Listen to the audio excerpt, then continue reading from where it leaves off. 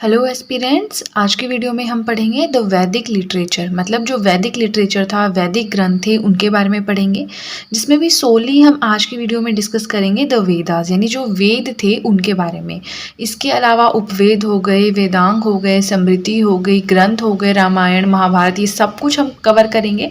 But आज की जो वीडियो है, अभी की जो वीडियो है, इसमें हम one and only the Vedas यानी जो वेद हैं उनके बारे में जानेंगे। तो हमें वेदों के बारे में बेसिक से क्या नॉलेज है कि 4 वेद हैं, ऋग्वेद, सामवेद, अथर्ववेद, यजुर्वेद, ये 4 हमें पता है। इसके अलावा हमें कुछ पता नहीं होता है। ठीक है, तो बस हमारा आज का टॉपिक है इन 4 वेदों के बारे में जानना, कहाँ कहाँ से क्वेश्चंस आते हैं, क्या क्या इंपॉर्टेंट चीज़ें हैं, बस ये हम आज पढ़ेंगे। राइट, सो वेदों के बारे में अगर बात करें, ये शब्द कहाँ से ओरिजिनेट हुआ, पहला तो ये बनता है। सो इट ओरिजिनेटेड फ्रॉम विधि। विधि से वेद बना है। ठीक है, विधि का मतलब होता है नॉलेज यानी कि ज्ञान।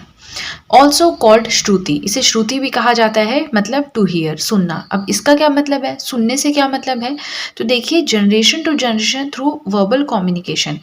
अब पुराने टाइम में कागज़ और पेन तो होते नहीं थे, है ना, फ़ोन, मेमोरी कार्ड, स्टोरेज, ये सब तो नहीं था। तो उस केस में जो वेदों का ज्ञान था वो एक जनरेशन से दूसरी जनरेशन तक वर्बल कम्युनिकेशन यानी शब्दों के द्वारा जो है वो दिया जाता था। हमारे गुरु होंगे, ठीक है, वो शिष्यों को ज्ञान देंगे, शिष्य उस सारी चीज़ को याद करेंगे, ध्यान में रखेंगे, और फिर वो जब बड़े हो जाएंगे, गुरु बनेंगे, तो वो अपने शिष्यों को ज्ञान देंगे। इस तरह से एक जनरेशन से दूसरी जनरेशन तक वर्बल कम्युनिकेशन के थ्रू जो ये ज्ञान था वेदों का, ये बढ़ता गया। ठीक है, इसलिए से श्रुति कहते हैं। श्रुति का मतलब होता है टू हियर, सुन के जो ज्ञान आपका अर्जित होता है। ठीक है, 4 इन ऑल, टोटल जो है 4 वेद हैं। कौन कौन से हैं, ऋग्वेद, सामवेद, यजुर्वेद एंड अथर्ववेद। जो पहले 3 हैं, मतलब अथर्ववेद को छोड़ के, इन्हें ट्रायो या त्राई ऐसे भी आप कह सकते हैं, इनसे नाम से जाना जाता है। ठीक है, तो हमने बेसिक से इन्फॉर्मेशन पढ़ ली। अब हम एक एक वेद को पढ़ेंगे, जिसमें भी मेन हमारा ऋग्वेद रहता है। बाकी 3 इजी हैं, ऋग्वेद का थोड़ा ज़्यादा है पढ़ने के लिए, थोड़ा सा याद करने के लिए भी है। तो आगे चलने से पहले आपसे रिक्वेस्ट है कि पेपर पेन उठाएं और अपने नोट्स बनाने स्टार्ट कर दें।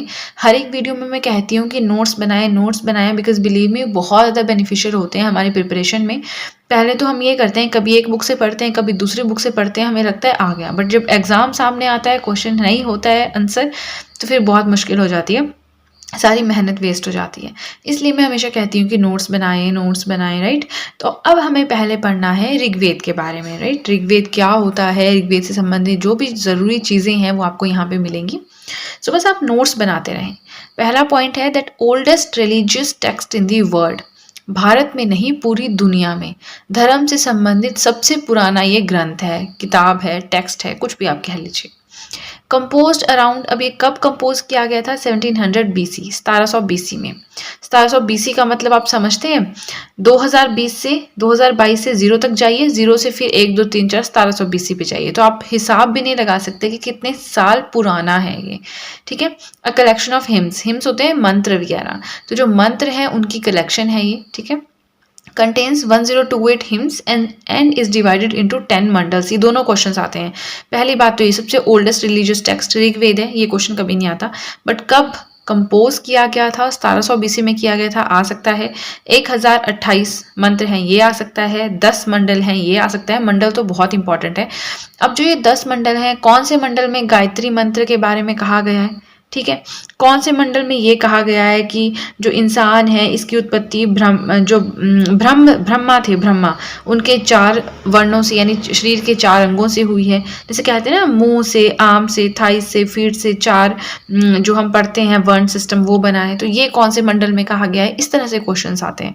ठीक है, तो हमें प्रिपेयर होना पड़ेगा उसके लिए, तभी हम कर पाएंगे। सो हमने क्या जाना, टोटल 10 मंडल है। ठीक है, दूसरे से 7वें मंडल तक क्या बताते हैं वो अब हम पढ़ेंगे। सो 2nd to 7th मंडल ये अर्लीस्ट है, सबसे पुराने हैं। ठीक है, ascribe to a particular family of seer, seer होता है ऋषि। ठीक है, तो ये जो है एक ऋषियों की एक पर्टिकुलर फैमिली से रिलेटेड है हर एक मंडल। जैसे कि दूसरा है गृहस्मदा से, तीसरा है विश्वामित्र से, चौथा है वामदेव से, 5वां है अत्रि से, छठा है भारद्वाज से, और 7वां मंडल है वशिष्ठ ऋषि से संबंधित। ठीक है, अब 2 से 7 हमने पढ़ लिए, ये आपको याद भी करने पड़ेंगे क्योंकि क्वेश्चंस अब ऐसे ही आते हैं, है ना। 8th मंडल जो है ये कनव और अंगिराज, इनसे रिलेटेड है। 9th मंडल जो है compilation of Soma him, Soma के जो मंत्र हैं उनसे रिलेटेड है। अब देखिए 2 से 7 तक 8वां 9वां हमने पढ़ लिया। अब आपको लग रहा होगा पहला और 10वां तो हमने नहीं पढ़ा, ठीक है। तो फर्स्ट एंड 10th मंडल लेटर एडिशंस, पहला और जो 10वां मंडल था ये बाद में ऐड किए गए हैं, ठीक है। सो 10वां मंडल क्या बोलता है, इट कंटेन्स द फेमस पुरुष सुक्ता, जो फेमस पुरुष सुक्ता है कि पुरुष कैसे बना है, उसकी उत्पत्ति के बारे में जो भी नॉलेज है वो जो है इसमें है, किसमें, 10वें मंडल में। It explains that 4 वर्नस were born from the mouth, arms, thighs and feet of the creator Brahma. ये जो आपको स्टार्टिंग में बता रही थी वही चीज़ यहाँ पे है। ये बताता है कि जो 4 वर्ण सिस्टम बने हैं ना वो कैसे बने हैं, वो बने हैं जो ब्रह्मा है, ब्रह्मा जिन्होंने पूरे विश्व को बनाया है, उनके माउथ, आर्म्स, थाइज और फीट से, ठीक है। चलिए हमने 10 मंडल भी पढ़ लिए, अब हम थोड़ा सा आगे करते हैं page. Okay, words in Rigveda. अब क्वेश्चन ये भी आता है कि कौन सा वर्ड ऋग्वेद में कितनी बार यूज हुआ है, तो ये भी आपको पता होना चाहिए, राइट। जैसे ओम है तो ये 1028 बार यूज किया गया है ऋग्वेद में, ठीक है। जन है 275 बार यूज किया गया है ऋग्वेद में। 250 हिम्स या 250 मंत्र जो हैं वो डेडिकेटेड है इंद्र भगवान को। 200 हिम्स या 200 मंत्र जो हैं ये डेडिकेटेड हैं अग्नि को, अग्निदेव को। तो ये आपको इस तरह से पता होना चाहिए, ठीक है। हमने पढ़ा ऋग्वेद के बारे में। सो आगे चलने से पहले आपको एक चीज़ और बताना चाहूँगी, अगर अब आप चाहें तो मेरे हैंड रिटन नोट्स को परचेज भी कर सकते हैं। उसके लिए आपको क्या करना है, डिस्क्रिप्शन बॉक्स में एक लिंक दिया है, उस लिंक पे जाके क्लिक करना है। जैसे ही आप उस लिंक पे क्लिक करेंगे आप डायरेक्टली मेरे कॉन्टैक्ट में आ जाएंगे। प्लस जो भी आपकी क्वेरीज हैं, क्वेश्चंस हैं, आप मुझसे पूछ सकते हैं। प्राइसिंग डिटेल्स मैं आपको दे दूंगी एंड बिलीव मी बहुत ही ज़्यादा अफोर्डेबल रेट पे आपको नोट्स मिल जाएंगे, तो ऐसा कोई इशू नहीं है, राइट। सो ज़्यादा टाइम ना वेस्ट करते हुए अब चलिए चलते हैं नेक्स्ट पेज की तरफ। सो नेक्स्ट आता है थर्ड मंडल के बारे में। थर्ड मंडल जो है, अब ये को यहाँ पे क्यों मेंशन किया गया है, देखिए दूसरे से 7वें मंडल तक जो है वो ऋषियों की फैमिली से रिलेटेड है। किस किस ऋषि की फैमिली से रिलेटेड है वो हम पढ़ चुके हैं, बट यहाँ पे अलग से जिक्र किया गया है, मतलब कुछ इंपॉर्टेंट ही होगा।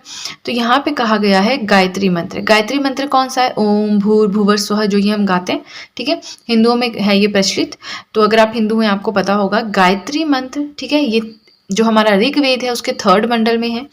Dedicated to Savitr the solar deity. अब कई जगह सावित्र लिखा है, कई जगह सावित्री लिखा है, तो मैंने सावित्र इसलिए रखा कि सावित्री का तो हमें पता है, बट सावित्र थोड़ा अलग हो गया तो पेपर में आ गया, तो फिर हम कंफ्यूज हो जाते हैं, हम सोचते हैं ऐसा तो कुछ था ही नहीं, बट ऐसा होता है ना।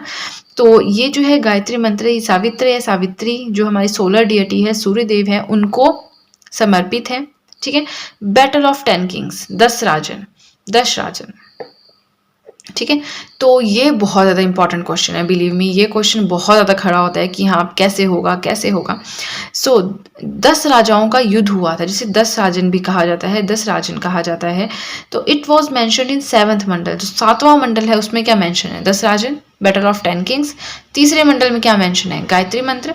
अब जो ये 7th मंडल में मेंशन 10 राजन है, इसके बारे में कुछ बताया गया है that it was fought near Ravi river, Ravi नदी के तट पर यह युद्ध हुआ था। वन बाय त्रस्तु भ्राता पुरु किंग सुदास। तो ये आपको याद रखना है, सुदास ने इसको जीता था। कौन थे, त्रस्तु भ्राता पुरु किंग थे, ठीक है। सरस्वती, सरस्वती जो है डिएटी रिवर है ऋग्वेदा में, मतलब ऋग्वेद में कौन सी ऐसी नदी है जिसे देवी माना गया है, तो वो सरस्वती है। क्वेश्चन इस तरह से भी आ सकता है, ठीक है। तो देखिए ऋग्वेद जो है ना हमारा सबसे ज़्यादा इंपॉर्टेंट है, क्योंकि सामवेद है, यजुर्वेद है, अथर्ववेद है, 4-5 लाइनें हैं इसमें पढ़ने के लिए, ऐसा कुछ भी नहीं है। लेकिन ऋग्वेद से बहुत क्वेश्चंस बनते हैं, तो जितने भी क्वेश्चंस बनते हैं मैंने कोशिश की है यहाँ पे कंप्लीट कर सकूँ। बट आपसे रिक्वेस्ट है कि जब भी आप नोट्स बनाते हैं ना, इस तरह से थोड़ी सी जगह आपके आसपास बची होनी चाहिए, ताकि जैसे कोई न्यूज़ आ जाती है ना, किसी चीज़ से रिलेटेड, ऋग्वेद से रिलेटेड कोई न्यूज़ आ जाती है, कोई अपडेशन आ जाती है, या फिर आपको किसी और बुक में अच्छा कंटेंट मिल जाता है, तो आप अपने नोट्स में लिख सकें। नोट्स टाइट नहीं होनी चाहिए, है ना। बेशक आप शॉर्ट बनाएं, बट थोड़ी बहुत जगह हर एक टॉपिक के साथ में होनी चाहिए, ठीक है। तो चलिए अब नेक्स्ट चलते हैं। अब हम पढ़ेंगे सामवेद के बारे में। सामवेद के रूट्स, जड़ें किस चीज़ में है, समन में है। समन में, समन का मतलब क्या होता है, मेलोडी। मेलोडी होता है ना, गीत रास, है ना। तो वो जो सामवेद जो है ये मेलोडी से, गीतों से, रागों से रिलेटेड है, ये आपको ध्यान में रखना है। कलेक्शन ऑफ मेलोडीज, बहुत सारे संगीतों की कलेक्शन, बहुत सारे रागों की, बहुत सारे रासों की कलेक्शन माना जाता है सामवेद को। 1603 वर्सेस, 1603 वर्सेस हैं इसमें। एक्सेप्ट 99, मतलब 99 के अलावा all the rest have been borrowed from Rigveda. 1603 में से आप 99 माइनस कर दें, जो भी बचे वो सारे के सारे ऋग्वेद से लिए गए हैं। ठीक है, क्वेश्चन आ सकता है सामवेद किससे रिलेटेड है, मेलोडी से रिलेटेड है, या फिर किससे रिलेटेड है, ऑप्शन के हिसाब से आप करेंगे तो कलेक्शन ऑफ मेलोडीज से रिलेटेड है, इसके रूट्स किस में है, समन में। अब देखिए इससे ज़्यादा इसमें से क्वेश्चंस बनते ही नहीं, तो क्या क्वेश्चंस आएंगे, है ना। तो सामवेद के बारे में इतना ही था। अब हम आगे चलते हैं, अब हम यजुर्वेद के बारे में पढ़ेंगे, अथर्ववेद के बारे में पढ़ेंगे, एंड दैट्स इट। हमारा कंटेंट कंप्लीट, हमारा वीडियो कंप्लीट। तो आप देख सकते हैं यजुर्वेद है जो अथर्ववेद है, इनके बारे में कुछ ऐसा सच है नहीं, इन्फॉर्मेशन ज़्यादा थोड़ा बहुत ही है। तो चलिए यजुर्वेद के बारे में पढ़ लेते हैं। It deals with the procedure for the performance of sacrifices. बलि कैसे दी जाती है, सेक्रीफाइस कैसे दिया जाता है, उसका पूरा का पूरा प्रोसीजर कहाँ मिलेगा, यजुर्वेद में मिलेगा।